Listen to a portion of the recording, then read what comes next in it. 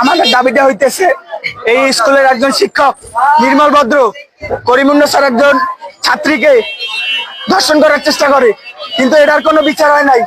তারে স্কুল দিয়েও কোনো কর্তৃপক্ষ এটার বিচার করে নাই, তারে এখন স্কুল দিয়ে বহিষ্কার করে নাই। আমাদের দাবি হচ্ছে তার বিচার হবে, তাকে বহিষ্কার করা হবে।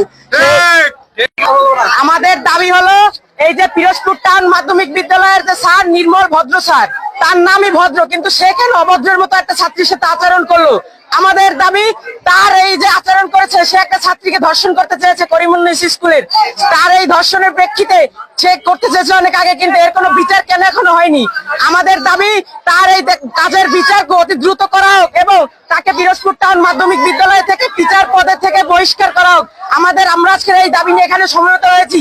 তাকে যদি ধর্ষণের বিচার না করা হয়, আমরা ঠিক একই সময়, কালকে ঠিক একই সময় এইখানে আবার